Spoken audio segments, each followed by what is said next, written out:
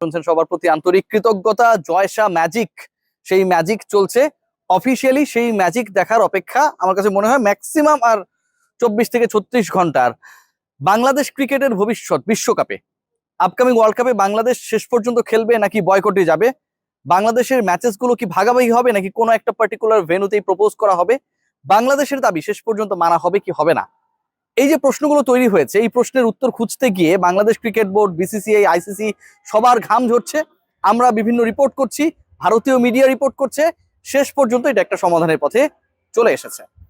আলোচনা কি কি ঘটনা ঘটতে যাচ্ছে আজকে আমার কাছে মনে হয়, যতটুকু খবর আমার কাছে এসেছে তাতে এটা মোটামুটি একটা সমাধান হয়েই গেছে। আনুষ্ঠানিক ঘোষণার অপেক্ষা মাত্র। তার আগে আপনাদের জানাতে চাই, এই শীতে যারা ঝকঝকে চকচকে কাপড় ওয়াশ করতে চান ব্যবহার করতে পারেন অরিক্স ক্রিস্টাল ওয়াশ, যার 2-in-1 ফর্মুলা আপনার কাপড়কে দিবে নিত্য নতুন লুক।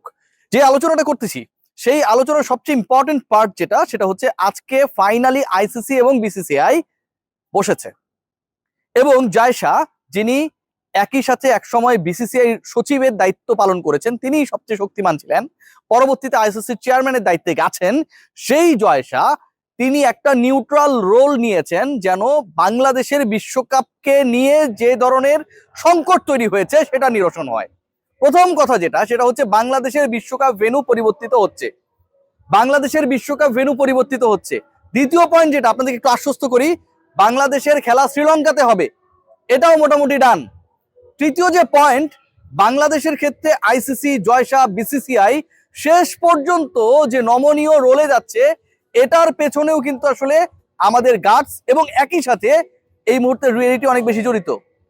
আইসিসি যদি বাংলাদেশের ম্যাচেসের ব্যাপারে এমন কোনো সিদ্ধান্ত গ্রহণ করে, বিসিসিআই যদি এমন কোনো সিদ্ধান্ত গ্রহণ করতে চায় যে বাংলাদেশের ভেন্যু চেঞ্জ করা হবে না, বাংলাদেশ চেয়েছে বাংলাদেশের ম্যাচেসগুলো শ্রীলঙ্কায় খেলতে, সেটা হবে না, বাংলাদেশের দাবিকে নাল এন্ড ভয়েড করে দিতে চায়, বাতিল করে দিতে চায়, সেটা যদি করতে চায়, তাহলে সংখ্যাগরিষ্ঠ মতামতের ভিত্তিতে বোর্ড মেম্বার যারা রয়েছে, নির্বাহী কমিটি যেটা রয়েছে ইন্টারন্যাশনাল ক্রিকেট কাউন্সিলের, সেখানটায় এটাকে পাশ করিয়ে আনতে হবে। এবং সেই পাশ করানোর ক্ষেত্রে ইন্ডিয়ান ক্রিকেট বোর্ডের সাথে সঙ্গী হিসেবে রয়েছে শুধুমাত্র একটাই cricket board, Afghanistan cricket board. বাকি যে দেশগুলো রয়েছে তাদের কেউ কেউ নিউট্রাল এবং কেউ কেউ পুরোপুরি বাংলাদেশের পক্ষে, যেখানটায় সবচেয়ে বড় সাপোর্ট বাংলাদেশ পাচ্ছে পাকিস্তান অর্থাৎ পিসিবির কাছ থেকে। পিসিবি এবং বিসিবির স্ট্রং অবস্থান, শ্রীলঙ্কাও মনে মনে চায় তার দেশেই ম্যাচেস গুলো হোক, রেভিনিউ বেশি পাবে। আইসিসি কে, বিসিসিআই কে একটা বড় বিপদের মধ্যে ফেলেছে, চ্যালেঞ্জে ফেলেছে জয়শা। এখন এটাকে, এই চ্যালেঞ্জকে জিততে চান বাংলাদেশের ম্যাচেস গুলো যেভাবেই হোক না কেন, এই দাবি অনুযায়ী শ্রীলঙ্কাতে ফেলে। এবং এটার সবচেয়ে ইন্টারেস্টিং পার্ট যেটা, সেটা হচ্ছে ইন্ডিয়ান ক্রিকেট বোর্ড যারা এই আয়োজন করছে, বিশ্বকাপ তো তাদের, সেই ইন্ডিয়ান ক্রিকেট বোর্ডের পাস্ট যদি আমরা দেখি, প্রেজেন্ট যদি আমরা দেখি, তাহলে ওই একই ইস্যুতে ইন্ডিয়ান ক্রিকেট বোর্ড তাদের পয়েন্ট ছাড়ে নাই। 99 আর 2003 এক্সাম্পল যারা দেন যে আসলে ওই সময় বিশ্বকাপ হয়েছিল, সেই বিশ্বকাপে তো অনেকে খেলে নাই, পয়েন্ট ছেড়ে দিয়েছে প্রতিপক্ষের কাছে, শ্রীলঙ্কার মাঠে অনেকে যেতে চায় নাই, এই যে ঘটনাগুলো ঘটেছিল, এই যে ঘটনাগুলো আলোচনা করা হচ্ছে, ভাই 2023-এ কি কেউ পয়েন্ট ছেড়েছে? 2025-এর বাস্তবতায় কি পাকিস্তান ইন্ডিয়া পয়েন্ট ছাড়ছে? ছাড়ছে না। ভেন্যু চেঞ্জ করে হলেও খেলা এনশিওর করা হচ্ছে। 99-এর বাস্তবতা, 2003-এর বাস্তবতা থেকে 2020-এর পরবর্তী বাস্তবতা, ইভেন এশিয়া কাপও যখন হাইব্রিড মডেল হয়, যখন সেটার আয়োজক থাকে পাকিস্তান, শুধুমাত্র ইন্ডিয়ার সিকিউরিটি কনসার্নের কারণে, বাংলাদেশের তখন সিকিউরিটি কনসার্ন খুব বেশি ভ্যালিড, কারণ ওই একই কারণে মুস্তাফিজকে কলকাতা নাইট রাইডার্স বাদ দিয়েছে, বিসিসিআই তাকে বাদ দেওয়ার ডিসিশন দিয়েছে, গভর্নমেন্ট সেই সিদ্ধান্ত নিয়েছে।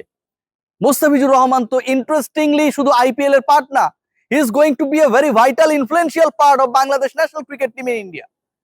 মুস্তাফিজ তো সেখানটাও থাকবে। যেই সরকার, যেই বোর্ড, যেই আয়োজকরা মুস্তাফিজকে আইপিএল এ সিকিউরিটি দিতে পারবে না, আইপিএল কি ইনসিকিউর হয়? তা তো না। আইসিসি টুর্নামেন্ট থেকে কোনোভাবে এটা ইনসিকিউর না। সেই তারাই মুস্তাফিজকে এবং মুস্তাফিজের মতো আরো প্রায় 13, 14, 15, 16 জন মুসলিমকে, যেহেতু ধর্ম নিয়ে আলোচনা হচ্ছে, সিকিউরিটি এনশিওর করতে পারবে। এটা অবান্তর একটা ব্যাপার। মুস্তাফিজকে আপনি যদি আইপিএল এ না পারেন, মুস্তাফিজ এবং মুস্তাফিজের দলবলকে আপনি অন্য টুর্নামেন্টে অথবা একই দেশের টুর্নামেন্টেও পারবেন না। সো বাংলাদেশের যে পয়েন্ট, এটা খুবই ভ্যালিড পয়েন্ট। প্রত্যেকটা ক্রিকেট বোর্ড, প্রত্যেকটা দেশ, আইসিসির ফুল মেম্বার যারা, এই ব্যাপারটায় খুব বেশি এগ্রিড যে যেই ঘটনাটা ঘটেছে, এবং এখানটা পিসিবি একটা বড় রোল প্লে করছে, মহসিন নাকভি, যেখানটায় দুতিয়ালি করে বাংলাদেশের ম্যাচেস গুলো শ্রীলঙ্কায় ফেলানো, মানে এটা পিসিবির কাইন্ড অফ জয়। এশিয়ার ক্রিকেটে তাদের একটা বড় প্রভাব এনশিওর হবে, কারণ Bangladesh is a big market. BCCI সেই জায়গাটাতে বড় ধরনের কোনো ঝুঁকি নিতে চায় না। বাংলাদেশকে বাদ দেওয়া মানে টেনশন বাড়বে, আইসিসিতে বিভক্তি তৈরি হবে পিসিবির নেতৃত্বে। এশিয়ান ক্রিকেট কাউন্সিলে বড় ধরনের একটা ইমব্যালেন্স তৈরি হবে, এবং যেই এশিয়ান ক্রিকেট কাউন্সিলের চেয়ারম্যান এই মুহূর্তে বাংলাদেশের আমিনুল ইসলাম বুলবুল।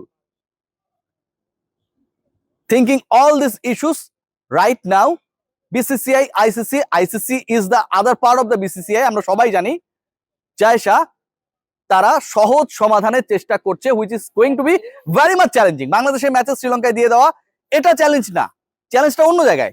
বাংলাদেশের ম্যাচে শ্রীলঙ্কায় দিয়ে দেওয়ার থেকে চ্যালেঞ্জ হচ্ছে ইংল্যান্ডকে রাজি করিয়ে শ্রীলঙ্কায় নিয়ে খেলানো।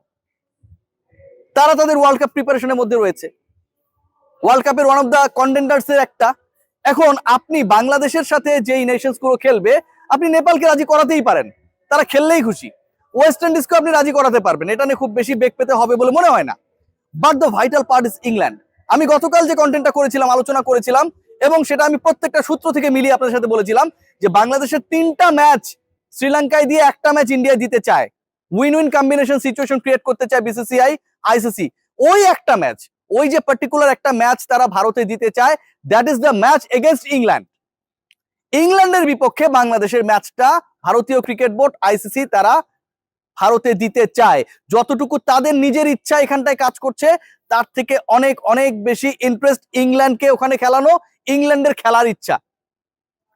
এই 3টা ম্যাচ এবং একটা ম্যাচ, এই যে ইকুয়েশনটা, এটাতেই বাংলাদেশের ক্রিকেটের বিশ্বকাপে অংশ নেয়ার ইস্যুটা একটা জায়গায় আটকে আছে।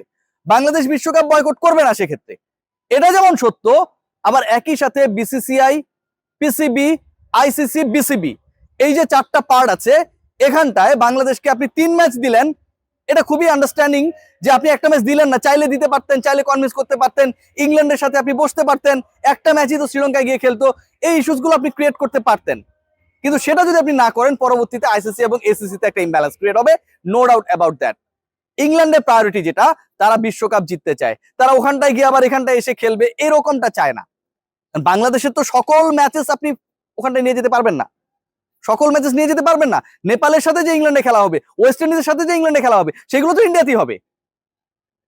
এই দলগুলোকে আপনি কনভিন্স করে ইন্ডিয়াতেও খেলাবেন, শ্রীলঙ্কাতেও খেলাবেন, দ্যাট ইজ দ্য পয়েন্ট। এবং এখানটাও ইন্টারেস্টিং একটা পয়েন্ট রয়েছে।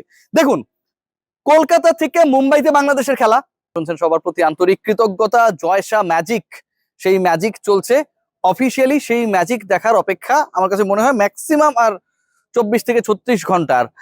বাংলাদেশ ক্রিকেটের ভবিষ্যৎ বিশ্বকাপে, আপকামিং ওয়ার্ল্ড কাপে বাংলাদেশ শেষ পর্যন্ত খেলবে নাকি বয়কটে যাবে, বাংলাদেশের ম্যাচেস গুলো কি ভাগাভাগি হবে নাকি কোনো একটা পার্টিকুলার ভেন্যুতেই প্রপোজ করা হবে, বাংলাদেশের দাবি শেষ পর্যন্ত মানা হবে কি হবে না, এই যে প্রশ্নগুলো তৈরি হয়েছে, এই প্রশ্নের উত্তর খুঁজতে গিয়ে Bangladesh cricket board, BCCI, ICC সবার ঘাম ঝরছে।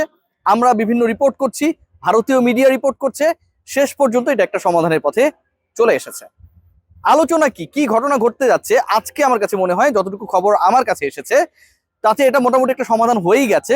আনুষ্ঠানিক ঘোষণার অপেক্ষা মাত্র।